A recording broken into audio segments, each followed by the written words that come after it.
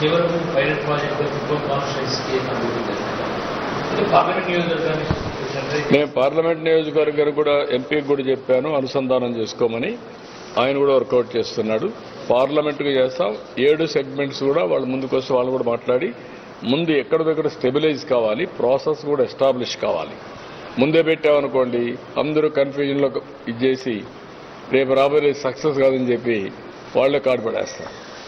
I want to produce a model, successful model, then others can replicate. అందరూ దాన్ని అమలు చేసుకుంటారు. అడాప్షన్ చాలా వరకు సార్ ఈ కార్యక్రమం ఇన్నోవేటివ్గా ఉంటుంది. ప్రభుత్వ కార్యక్రమాలు చాలా ఉంటాయి సార్, అవి కూడా సెంట్రలైజ్ చేసి చాలా వరకు పబ్లిక్ తెలియకపోతే అది కూడా మోటివేట్ చేసి ఎడ్యుకేట్ చేయడం వల్ల సక్సెస్ అది కూడా చేస్తాం. అంటే ఇప్పుడు అల్టిమేట్గా it is a political governance. ఇంకొక ప్రాబ్లం కూడా ఉంది. ఒక నాయకుడు పార్టీ అధ్యక్షుడిగా ఉండి ముఖ్యమంత్రి అవుతాడు. అదే సమయంలో పార్టీ అధ్యక్షుడిగా ఉంటే చాలా మంది పనిచేస్తారు. ఇప్పుడు 2 బాధ్యతలు వచ్చిన తర్వాత పార్టీ వాళ్ళు తప్పు చేసినా ప్రభుత్వంలో తప్పు చేసినా ఆ తప్పు ఆ నాయకుడికి ఆ పార్టీకి వస్తుంది. That is beauty. ఎంఆర్ఓ తప్పు చేసినా ఆ తప్పు నాకే వస్తుంది. అరే ఈయన కోటేసాం, గట్టిగా చేస్తారనుకున్నాం, ఫర్మ్గా ఉంటాడు అనుకున్నాం, ఏంటి ఈయన కంట్రోల్ చేయలేకపోతున్నాడు అని అంటారు. కార్యకర్త సరిగ్గా ప్రవర్తించలేకో చూసారా ఈ కార్యకర్తను కంట్రోల్ చేయలేదు, వదిలిపెట్టాడు ఊరి మీద అని మళ్ళీ అంటారు. ఈ 2 బ్యాలెన్స్ చేసుకొని పరిపాలన చేయాలి.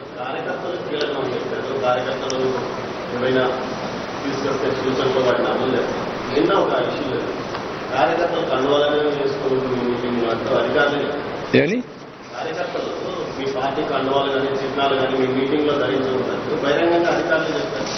That is none of that duty. అలాంటి వాళ్ళు ఉంటే చాలా ఫర్మ్గా ఉంటాను. వాళ్ళొక తెలుగుదేశం పార్టీ కానీ వాళ్ళొక ఈరోజు తెలుగుదేశం పార్టీ అధికారంలో ఉన్నప్పుడు అధికారం చెప్తే అలాంటి అధికారులు డెఫినెట్గా ఫర్మ్గా ఉంటా, చాలా సీరియస్గా ఉంటుంది. వాళ్ళు గుర్తుపెట్టుకోవాలి. It is a political governance అని పదే పదే చెప్తాను నేను. ఈరోజు మీరందరూ ఉన్నారా?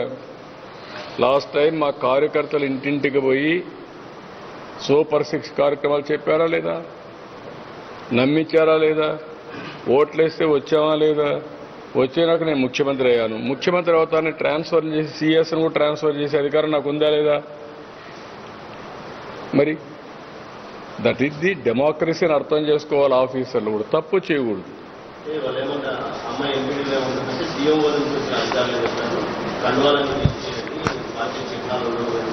అవన్నీ కూడా క్లియర్గా చెప్తున్నా, అవన్నీ కరెక్ట్ కాదు. వాళ్ళ పద్ధతులు బట్టి వాళ్ళు చేసుకుంటారు.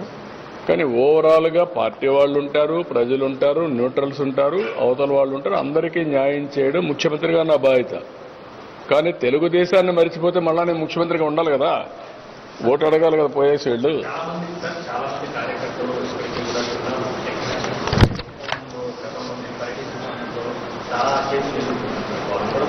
ఉన్నాయి, చాలా కేసులు ఉన్నాయి. ఒక్కడే కాదు, రాష్ట్రం అంతా ఉన్నాయి. మామూలు కేసులు పెట్టలేదు. ఇది అంటే ఒక అరాచక పాలనకి పరాకాష్ఠది. సరే నాకు జరిగిందని కాదు నేను చెప్పడం. ప్రతి ఒక్కడి పైన 20 కేసులు, 30 కేసులు, 40 కేసులు పెట్టేయడం, చీటికి మట్టు కేసులు పెట్టడం.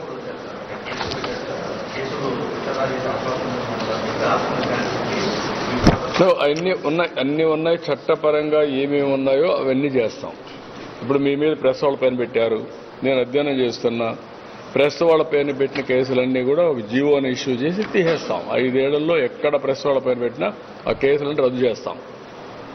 ఇది undemocratic. Even there are supreme court decisions also. రాజకీయ కక్షతో ప్రెస్ వాళ్ళ పైన కేసులు పెట్టడం ఏంటి? ఎవరు నేర్పించారు మీకు ఇవన్నీ? మీకు ఏది లేకపోయినా కేసులు పెట్టారు. అవన్నీ కూడా తీసేస్తానని చెప్పాను. ఒక ఆర్డర్ ఇస్తాం, తీసేస్తాం. అట్లా కుప్పంలో ఆక్సిజన్ ప్లాంట్లు 2 పనిచేయడం లేదు. దాంతో కాకుండా ₹1 కోటి